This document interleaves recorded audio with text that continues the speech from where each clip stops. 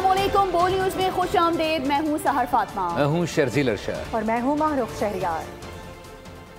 Bulletin का बाकायदा आगाज करेंगे। सबसे पहले आपको बताएं कि मादनी वसाइल से मालामाल पाकिस्तान कारोबारी मौक़ों से भरपूर है। इन ख्यालात का इजहार वज़ीर आज़म शहबाज शरीफ ने health, engineering and minerals show से खिताब में किया। शहबाज शरीफ ने कहा कि मुल्क अब माशी इस्तेहकाम की जानिब गामजन है। उन्होंने नौजवानों को दौरे जदीद के तकाज़ों से हम आहंग होने की ताकीद की। is marching towards growth and prosperity. In this hall, you will find great minds in the field of engineering, pharmaceutical industry, agriculture, agricultural machinery, mines and minerals, and of course, information technology and AI. More than 60% of our total population in the bracket of 15 to 30 years. And they are great minds. Balochistan and KP, and God Almighty has bestowed upon Pakistan very valuable natural resources, and here is the opportunity to have joint ventures in the field of mines and minerals. दूसरी जानिब नायब वज़ीर आज़म और वज़ीर ख़ारिजा इसहाक़ डार का तारीख़ साज दौरा अफ़गानिस्तान जारी है। काबुल में दोनों ममालिक के वज़ीर ख़ारिजा ने तारीख़ी रिश्तों को मज़ीद मजबूत बनाने पर तबादला ख्याल किया। इसहाक़ डार ने कहा, पाकिस्तान अफ़गानिस्तान की तरक्की और खुशहाली का ख्वाह है। अफगानिस्तान से ताल्लुकात में बेहतरी की जानिब भरपूर पेश रफ्त। काबुल में नायब वज़ीर आज़म और वज़ीर ख़ारिजा इसहाक़ डार के अफ़गान इंतज़ामिया से मुज़ाकरात। दोनों ममालिक के वज़रा ख़ारिजा के दरमियान तारीख़ी रिश्तों को मज़ीद मजबूत बनाने पर तबादला ख्याल हुआ। इसहाक़ डार ने कहा, पाकिस्तान अफगानिस्तान की तरक्की और खुशहाली का ख्वाह है। अफगानिस्तान रवानगी से पहले नूर खान एयरबेस पर मीडिया से गुफ्तगू करते हुए वज़ीर ख़ारिजा इसहाक़ डार ने कहा कि अफगानिस्तान के साथ हमारे ताल्लुकात बरकरार हैं। एक हमारा कंसर्न है टेररिज्म के हवाले से, जो कि हमने डिस्कशन। दूसरी तरफ इकनॉमिक और ट्रेड और इन्वेस्टमेंट जो अपॉर्चुनिटीज़ हैं दोनों कंट्रीज़ के दरमियान, वो बेपनाह हैं। ट्रेड में भी और काफ़ी ज़्यादा जो पोटेंशल है वो इस वक्त इस्तेमाल नहीं हो रहा। हमारी हुकूमत ने फैसला किया है कि हम इनको अफगानिस्तान के साथ एंगेज होते हैं। दौरा अफगानिस्तान में इसहाक़ डार अफगान अबूरी वज़ीर आज़म और अफगान नायब वज़ीर आज़म बराए इक़्तिसादी अमूर से भी मुलाकातें करेंगे। तर्जुमान दफ्तर ख़ारिजा के मुताबिक इस दौरे में वज़ीर ख़ारिजा के हमरा वफ्द में सेक्रेटरी रेलवे और FBR के आला हुक्काम शामिल हैं। और नाजरीन, अब खबर यह है कि 18 अप्रैल को 5000 से ज्यादा गैर कानूनी अफगानों को वतन वापस रवाना कर दिया गया है। वापस भेजे जाने वालों में गैर कानूनी, गैर मुल्की और अफगान सिटीजन कार्ड होल्डर्स शामिल हैं। हुकूमत पाकिस्तान ने वापस जाने वालों के लिए खुराक और सेहत की बेहतरीन सहूलियात फराहम की हैं। डेडलाइन खत्म होने के बाद भी मुल्क से गैर कानूनी, गैर मुल्की और अफगान सिटीजन कार्ड होल्डर्स का इनखला जारी है। मजमूई तौर पर पाकिस्तान छोड़ने वाले गैर कानूनी अफगान बाशिंदों की तादाद 9,72,000 हो चुकी है। हुकूमत पाकिस्तान ने वापस जाने वालों के लिए खुराक और सेहत की बेहतरीन सहूलियात फराहम की हैं। इस बात को यकीनी बनाया गया है कि गैर मुल्की और अफगान सिटीजन कार्ड होल्डर्स के इनखला के दौरान किसी से बदसलूकी न हो। और अब आपको ये बताएं कि गवर्नर खैबर पख्तूनख्वा ने अफगानिस्तान में अमन खित्ते के लिए नागुज़ीर करार दे दिया है। फैसल करीम कुंडी कहते हैं कि ये बात यकीनी बनाई जाए कि अफगान सरजमीन पाकिस्तान के खिलाफ इस्तेमाल ना हो। अफगानिस्तान से CPEC पर हमले अब बंद हो जाने चाहिए। मीडिया से गुफ्तगू में मजीद क्या कहा, आपको दिखाते हैं। वज़ीर आज़म साहब या वज़ीर ख़ारिजा साहब गए हैं। मैंने पहले दिन ही कहा था कि ये स्टेट पॉलिसी होती है, वफाकी हुकूमत की पॉलिसी होती है, सूबे की पॉलिसी होती है। हमारे वज़ीर साहब कहते हैं कि हम TORs देते हैं और अफगानिस्तान जाते हैं, तो अगर पहुँचे होंगे शायद वो पॉइंट वज़ीर ख़ारिजा साहब वहाँ पर उनको टेकअप करे। हम चाहते हैं कि हमारे पड़ोसियों के साथ अच्छे ताल्लुकात हों, अफगानिस्तान की सरजमीन हमारे ख़िलाफ़ इस्तेमाल ना हो, अफगानिस्तान की सरजमीन CPEC और चाइना के ख़िलाफ़ इस्तेमाल ना हो। हम कहते हैं कि बहुत से ज़्यादा चीज़ें जो हैं अफगानिस्तान से यहाँ पे दहशतगर्दी और उनकी सरजमीन इस्तेमाल होती है। ज़राअत में जिद्दत और ख़ुद किफ़ालत के लिए वज़ीर आज़म की ज़ेर सदारत आला सतह का इजलास हुआ। वज़ीर आज़म ने ज़ोर दिया कि पाकिस्तान को अल्लाह ने ज़रख़े ज़मीन और मेहनती किसानों से नवाजा है। ज़रूरी है कि इन नेमतों से इस्तिफ़ादा हासिल किया जाए। तो दूसरी जानिब वफाकी वज़ीर ख़जाना senator Mohammad Aurangzeb world bank group और IMF के मौसम बहार के इजलासों में शिरकत के लिए अमरीका रवाना हो गए हैं। सरमायाकारी फोरम्स और सेमिनार से खिताब के दौरान मुल्क की मौसमी मंजरनामे को वाज़ेह करेंगे। वज़ीर ख़जाना मोहम्मद औरंगज़ेब इन इजलासों में शिरकत के दौरान आलमी बैंक और IMF के आला हुकाम से मुलाकातें भी करेंगे। दौरे के दौरान वज़ीर ख़जाना सेनेटर मोहम्मद औरंगज़ेब चीन, बरतानिया, सऊदी अरब और तुर्किया के वज़राए ख़जाना और हम मनसब कायदीन से मुलाकातें करेंगे। अमरीका के स्टेट और ट्रेजरी डिपार्टमेंट्स के आला हुकाम और आलमी क्रेडिट रेटिंग्स एजेंसीज, कमर्शियल और सरमायाकार बैंक्स के हुकाम से भी मुलाकातें होंगी। अपडेट करें आपको कि बानी PTI के खिलाफ शहबाज शरीफ के 10 अरब हर्जाना केस की लाहौर सेशन कोर्ट में समाअत हुई। वज़ीर आज़म पर इब्तिदाई जरा मुकम्मल हो गई है। एक सवाल पर शहबाज शरीफ ने कहा कि बानी PTI को एक से ज़ायद मरतबा TV पर अपनी ज़बान से झूठे बयान देते सुना है। बयान देने का मकसद भी अखबार या फिर TV में नशर और शाया कराना था। अगर ये मकसद ना होता तो घर के किसी हुजरे में बैठ कर बयान देते। केस की मजीद समाअत 25 अप्रैल तक मुलतवी कर दी गई। बानी PTI के खिलाफ शहबाज शरीफ के 10 अरब हर्जाने का केस एडिशनल सेशन जज यलमाज गनी ने समाअत की। वज़ीर आज़म शहबाज शरीफ वीडियो लिंक के जरिए पेश हुए। वज़ीर आज़म से सवाल हुआ कि क्या ये दुरुस्त है कि सियासी हरीफ होने की बिना पर आप एक दूसरे के खिलाफ बयानबाजी करते रहते हैं। वज़ीर आज़म शहबाज शरीफ ने कहा यह बात कतई दुरुस्त नहीं है। बानी तहरीक इंसाफ ने 10 मिलियन का बेहुदा इल्ज़ाम बार बार दोहराया है। बानी PTI को एक से ज्यादा मरतबा TV पर अपनी ज़बान से झूठा बयान देते सुना। बयान देने का मकसद ही अखबार या TV में नशर और शाया कराना था। अगर ये मकसद न होता तो घर के किसी हिजरे में बैठकर बयान देते। बानी PTI के वकील ने जराह के दौरान वज़ीर आज़म शहबाज शरीफ से पूछा कि आप तस्लीम करते हैं कि आपका दावा डिस्ट्रिक्ट कोर्ट में दायर नहीं हुआ। इस पर शहबाज शरीफ ने कहा कि ये मेरे पास लिखा है कि दावा डिस्ट्रिक्ट जज के पास दायर हुआ है। वज़ीर आज़म पर इब्तिदाई जराह आज मुकम्मल हो गई। मज़ीद समाअत 25 अप्रैल तक मुलतवी कर दी गई। आम खबर दें, मुस्तफ़ा कत्ल केस, मुलजिम अरमगान असलहा चलाने का माहिर निकला। मुलजिम अरमगान की फायरिंग करते हुए तस्वीर बोल न्यूज़ ने हासिल कर ली हैं। मुलजिम पुलिस पर अंधाधुन फायरिंग करता रहा। मुलजिम ने सीढ़ी का सहारा लेकर 2 बार फायर की। मज़ीद तफसीलात जान लेते हैं खुर्रम गुलजार से। खुर्रम, अपडेट कीजिएगा। देखिए, मुस्तफ़ा कत्ल केस में एक अहम पेशरफ सामने आई है जिसमें एक CCTV फुटेज थी।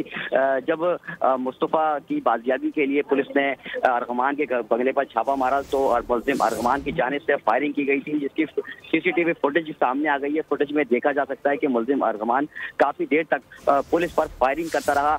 पुलिस मोबाइल को भी फुटेज में देखा जा सकता है। जैसे ही पुलिस मोबाइल बंगले के बाहर पहुंची और पुलिस एहलकार बंगले में दाखिल हो रहे थे कि इस दौरान इसी वक्त जो है वो मुलजिम अरगमान ने अपनी MP4 गन से जो है वो पुलिस पर फायरिंग की। पुलिस एहलकारों को फुटेज में बंगले से बाहर भागते हुए भी देखा जा सकता है। इसमें 2 पुलिस एहलकार भी जख्मी हुए थे इस फायरिंग के वाक़े में।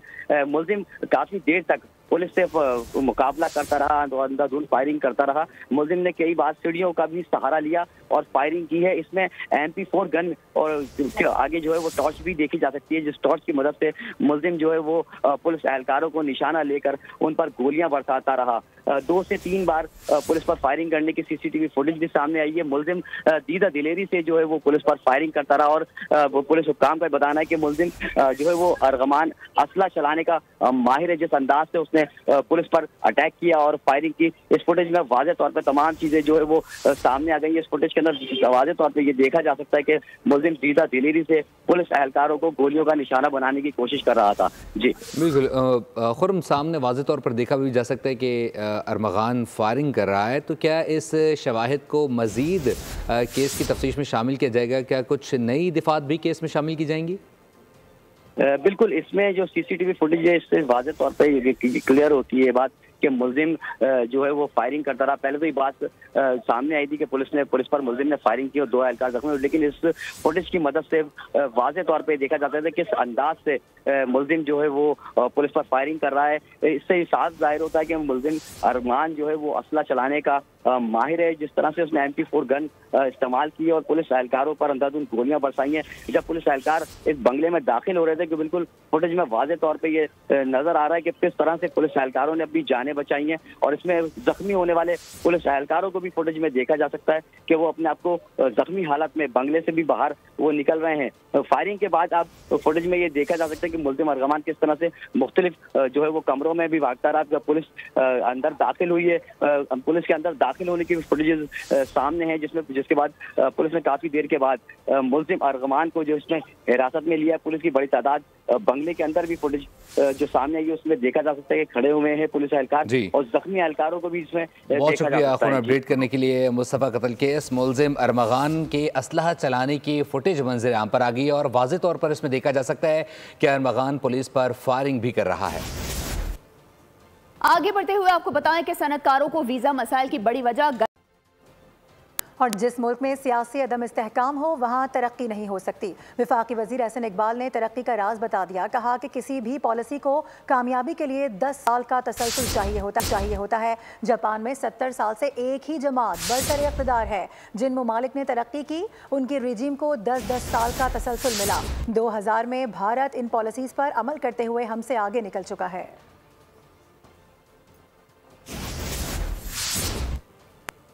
और कारोबार पर हमला करना गैर इस्लामी है, हमलावरों से सख्ती से निपटा जाएगा। रियासत अपने फ़र्ज से गाफिल नहीं।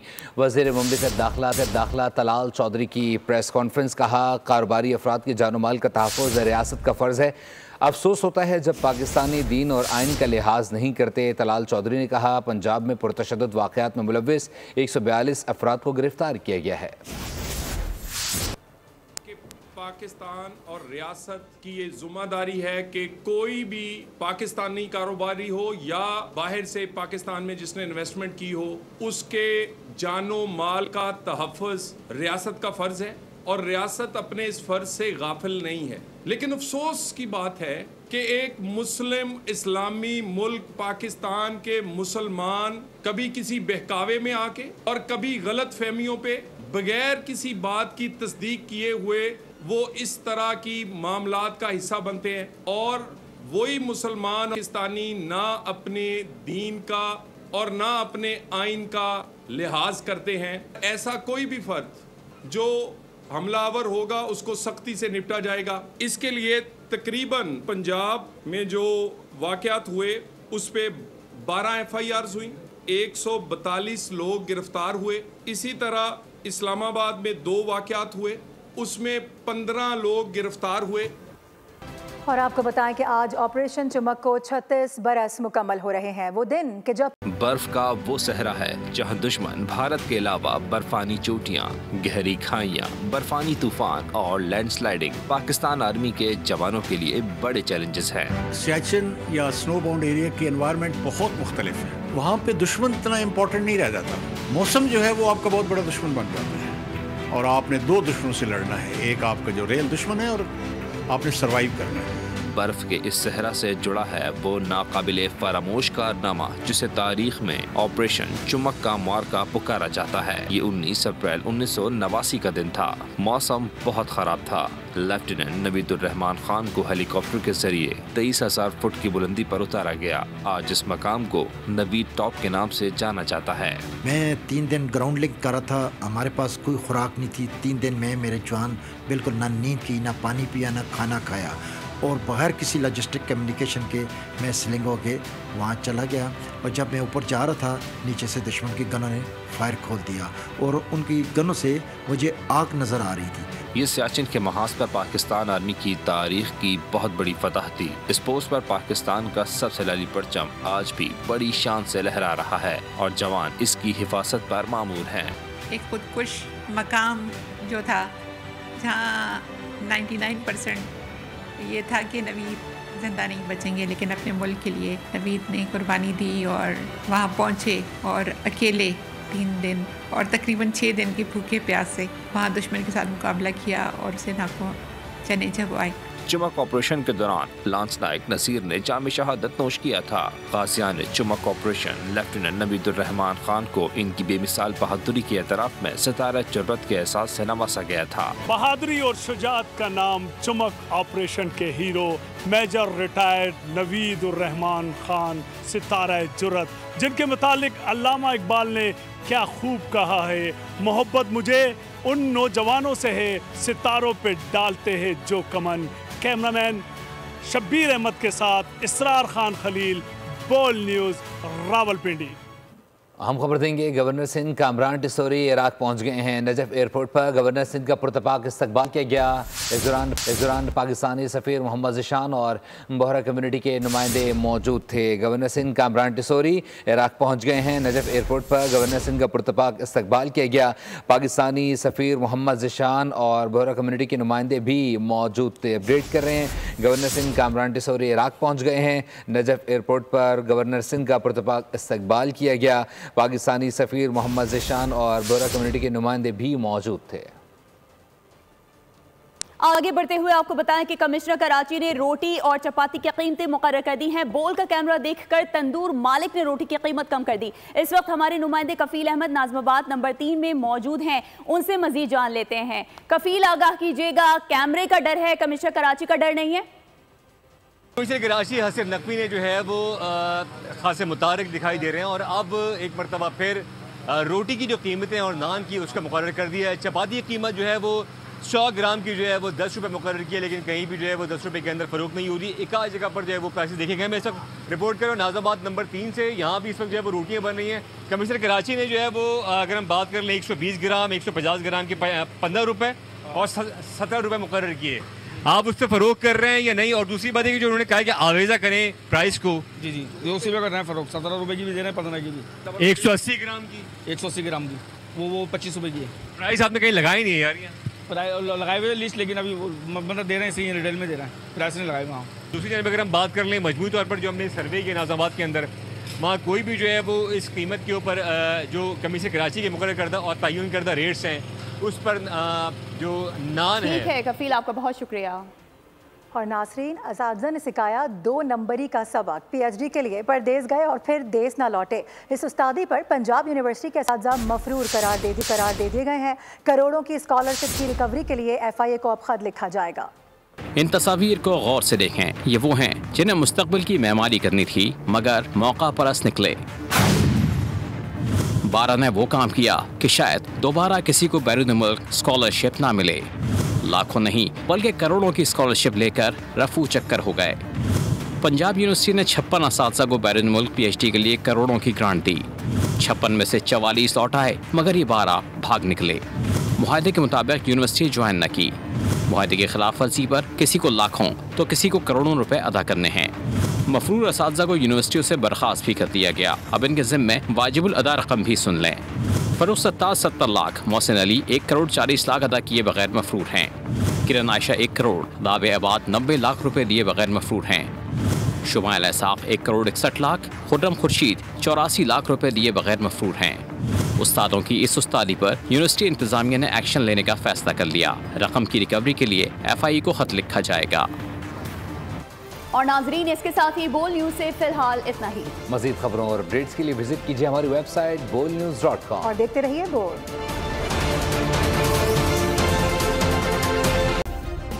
सब्सक्राइब करें और बेल दबाएं ताकि कोई खबर रह न जाए।